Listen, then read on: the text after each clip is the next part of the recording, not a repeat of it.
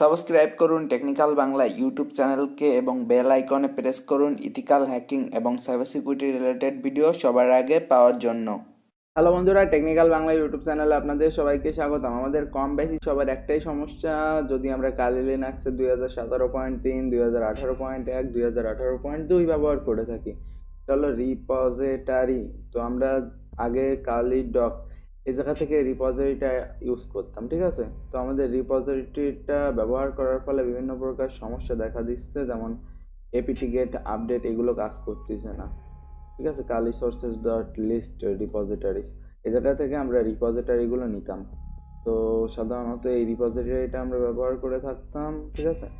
তো এটা যদি আমি এখন কপি করি এবং কপি করার পর আমি যাব ফাইলসে এবং নিউ ফাইল উইন্ডো ওপেন করব এবং করার পর আমি আদার লোকেশনে গিয়ে কম্পিউটার ইটিসি এবং তারপর যাব এপিটিতে, ঠিক আছে। তো এই জায়গায় গিয়ে আমরা সোর্সেস ডট লিস্ট এটাকে প্রপার্টিস করে আমরা ব্যবহার করব লিপপ্যাডের মাধ্যমে, ঠিক আছে। তো সেটা ডিফল্ট করব, করার পর এই লিপপ্যাডের মাধ্যমে আমরা ওপেন করতে পারবো।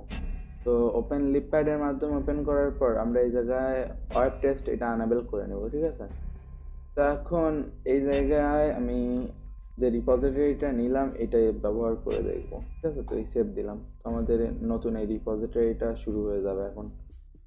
তো এখন আমি নতুন রিপোজিটরিটা নিয়ে যদি কমান্ড দিই apt get আপডেট, ঠিক আছে। তো আমাদের এই কমান্ডটা না কোনো এক কারণে কাজ করতেছে না, হয়তো সার্ভারের প্রবলেমের কারণে। তো কোনো ভাবে ইরর দেখাচ্ছে এবং বিভিন্ন রকম ঝামেলা সৃষ্টি করতেছে। তো এটা থেকে আপনারা কিভাবে সমাধান পাবেন, ঠিক আছে, তো সেটা বলবো। তো এই জায়গায় দেখেন ঠিকমতো কিছু কাজই করতেছে না। তো আমাদের এখন যা করতে হবে, এই যে রিপোজিটরিগুলো এগুলো ব্যবহার করতে হবে, এগুলো ব্যবহার করলে আমাদের এই প্রবলেমটা সলভ হবে। ওকে, তো এইগুলোর লিঙ্ক আমি ডিসক্রিপশনে দিয়ে দিব, আমাদের ওয়েবসাইট টেকনিক্যাল বাংলা থেকে নিয়ে নেবেন। তো এই যে রিপোজিটরিটা এটা কপি করতে হবে। দেখেন আপনাদের প্রথমত এইটা ব্যবহার করে দেখবেন, এটা যদি কাজ করে তাহলে পরের গুলো দরকার নেই, ঠিক আছে। তো আপনাদের সমস্যার সমাধান আমি দিব, ঠিক আছে। তো প্রথমত যদি আমি এই রিপোজিটরিটা ইউজ করে থাকি তাইলে আমাদের হয়তো যদি সমস্যা না হয় তাইলে পরেরগুলো আপনার না করলেও চলবে, অর্থাৎ করার কোনো দরকার নেই। এখন যদি আমি গিয়ে কমান্ড লিখি apt get আপডেট, তো আমাদের কমান্ডটা কাজ করবে, কারণ এই নতুন রিপোজিটরিটার সাথে এটা ওয়ার্কেবল। ওকে, তো আমাদের আনেবল লোকেট টোকেট এই টাইপের কোনো সমস্যা দেখাবে না। কিন্তু তারপরেও যদি আপনাদের এই জায়গায় একটা প্রবলেম দেখায়, ঠিক আছে, এই জায়গায় একটা প্রবলেম আসতে পারে যে HTTPS সার্ভারের গুলো লাগবে, তাহলে আপনি সেকেন্ড এই যে রিপোজিটরিটা এটা ব্যবহার করবেন। যদি এই জায়গায় লেখা থাকেন HTTPS এর এরর, তাহলে সেকেন্ড রিপোজিটরিটা ব্যবহার করবেন। তো এটাও সেভ দিলাম, ঠিক আছে। এখন যদি আপনি সেটা দেওয়ার পর apt get আপডেট দেন, আসলে আমার রিপোজিটরিগুলো ঠিক করা এই কারণে সমস্যা দেখাচ্ছে না, কিন্তু আমার কথাগুলো ভালোভাবে বুঝবেন তাইলে সমস্যাটার সমাধান পাবেন। এখন এইটা দেওয়ার পর এটা দেওয়ার পরেও একটা সমস্যা আসতে পারে, ঠিক আছে। তো এই যেটা অর্থাৎ HTTPS এরটা দেওয়ার পরেও আপনাদের একটা ঝামেলা আসতে পারে, সেটা হলো জিপিএস ইরর, ঠিক আছে। তো জিপিএস এর যদি ইরর আসে এই কমান্ডটা ব্যবহার করতে হবে।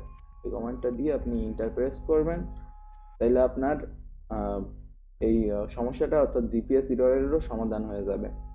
তো রিপোজিটরিটা মানুষের বিভিন্ন রকম সমস্যা হচ্ছে, তো তার ভিতর এই তিনটা সমস্যা।